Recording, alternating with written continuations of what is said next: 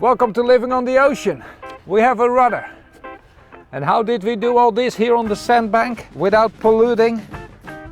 Oh, Arie, a tiny bit fell here. Yeah, I think that's a bit of mine. That's not nice.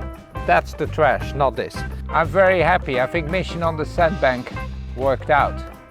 All this time has gone by before I could cut open the transom and see what we built. And it could not be done before the steps were in there, stopping water to come into this new extended transom. So I spent quite a lot of time building this nice curved shape. It's the steps. I think you realize they're upside down.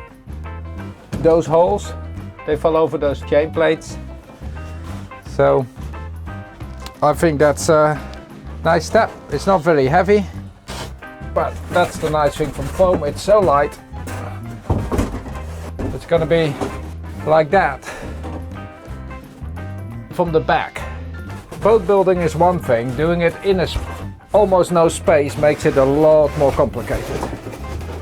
But it needs to get done, and I'm excited to see how those nice round steps are gonna look in this transom when I can finally cut it open after I put the glass fiber on this and put it into place.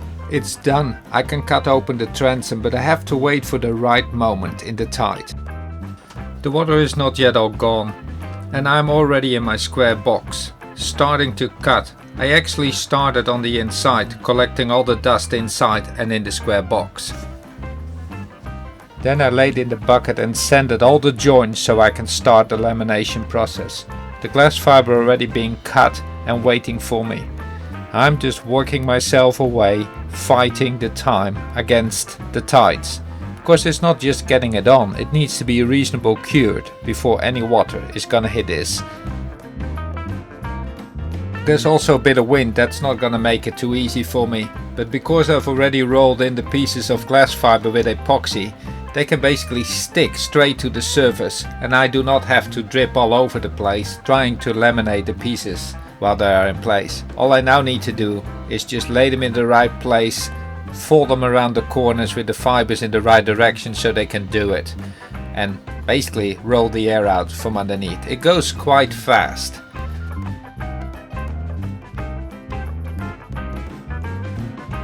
Knowing that I'm in a battle with the tides coming back up soon makes me sweat, especially in the warmer weather. But it's that warm temperature that I really wanted to get this epoxy to cure, so that I can fill it all out with fairing compound, or plaster as I call it so often. Well, I get the last layers on even before the tide reaches the lowest spot, and that gives me a couple hours for it to cure and do the rest of the work. And the water always comes up faster than you expect, but the plaster is on and it should have enough time to cure. Now it's time to relax and to enjoy and look at what we built. All the pieces that we made over the last months, the chain plates, the steps, the rudder hinge. They were ideas, we drew them on tablecloths, we sketched them, we dreamed about it, we talked about it. It took a lot more than we expected, and that's so common for doing something on a boat. Now it's sanding, plastering, and painting. Getting that white epoxy on the bottom so she stays nice and clean.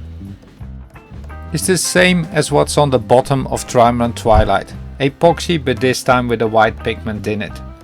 It just keeps it nice and clean for now, and I can fair out things that still need to be perfected much later in the process. For now, this is what we need to be floating again, and we don't have to do anything else anymore on the sandbank. I am tired. We worked on this very hard. The painting is fun to do, to see the result from all your work becoming so beautiful. Especially with this epoxy, you get a nice shine. But it's a warm day. I needed a warm day again to get this to cure before the water comes up, because obvious this is gonna be in the water. And I made too much epoxy in one time. I had exotherm again and had to make epoxy a second time. But it's working out. I'm already doing the second layer. A thicker layer of epoxy will cure even faster than a thin layer of epoxy, which is not the same with paint, especially not 2-pack paint, because things have to evaporate. Since there's nothing to evaporate in this epoxy, A thick layer cures a lot faster. Well, that square box is actually also painted with the same kind of paint. You will see that slowly it will discolor because it cannot handle UV light very well. But underwater that's not a problem, and above water we will later paint it anyway with a good 2-pack polyurethane. Just to work around the rudder bit and on the back steps, and I'm done with this job.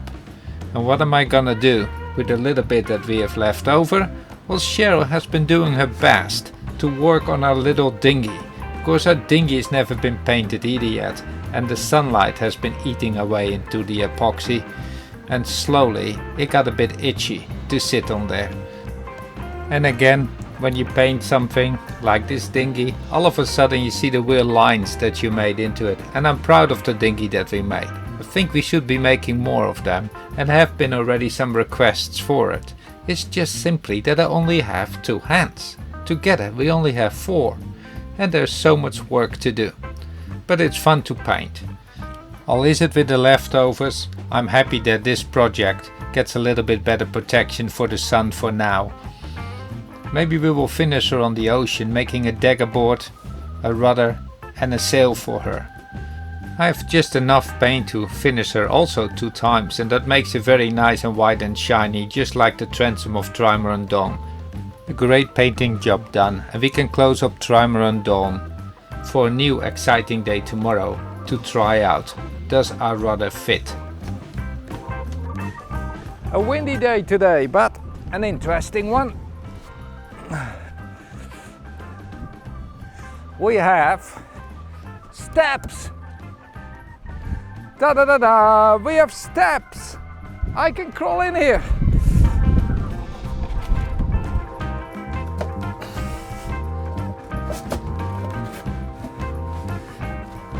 So this is the chain plate. These are the steps. I don't like it. I made it dirty. I have to clean this because this is clay, but that can be done. And what we have here, the rudder. Now this rudder, I have to change where I made the pipes, because this was made to go behind the boat before we plan to extend her. So this needs to come in here.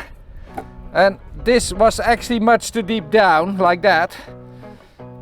So it's gonna come up here, and then it's very high, so we're gonna take off this and change the top pipe as well. So I need to get this paper off. Let's hope that that all works. I trimmed the tubes, and I'm very excited to see how it's gonna fit. I know there need to be small alterations made. I try to be perfect, but there will always be spots that don't work. Okay guys, I think you understand. We're trying to do this a little bit so you guys can see it. That limits the hands I have to do this job. I think I got it all off, and I let a second tiny bit go. So there's my rubbish. Now paper is off. Paper is off. Axle slides. More paper. I will send that all away later. I'm gonna extend this a tiny bit to create more grip for this bottom hinge, and we checked out that's already possible. So piece of pipe that was here has gone to here, a new piece of pipe has gone here. This is now level with the bottom. So we're gonna try this out for the first time.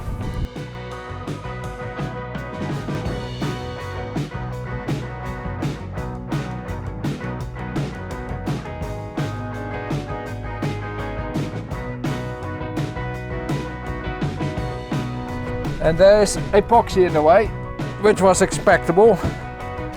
I had to make a little adjustment here because this is quite big hinge, which I want to be big. And now this should fit.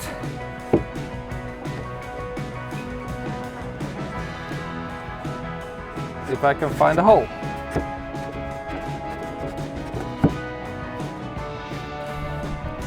that's all the way in.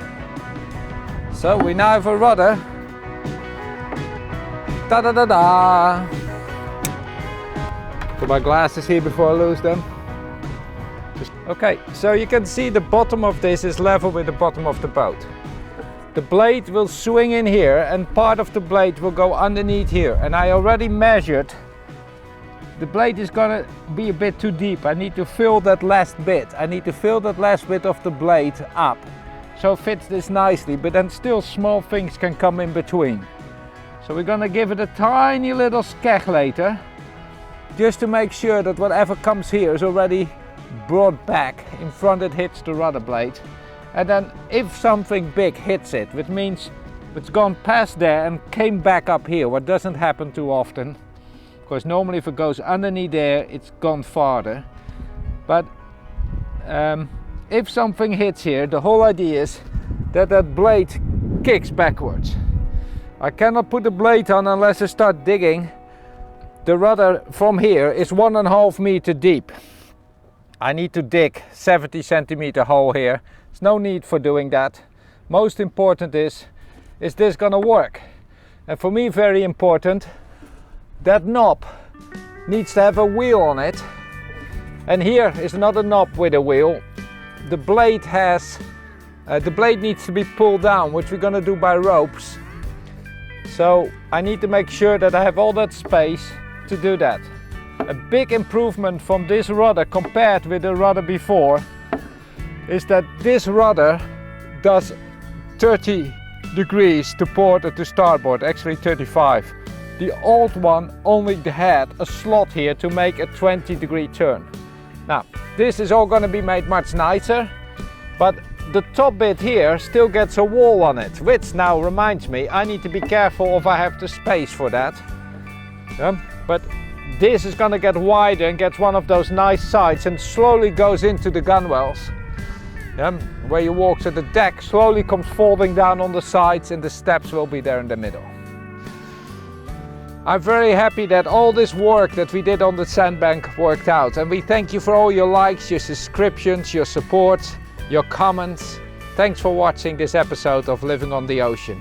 And our next episodes will be over there. Our playlist of what we are doing and our sailing videos are in our playlists.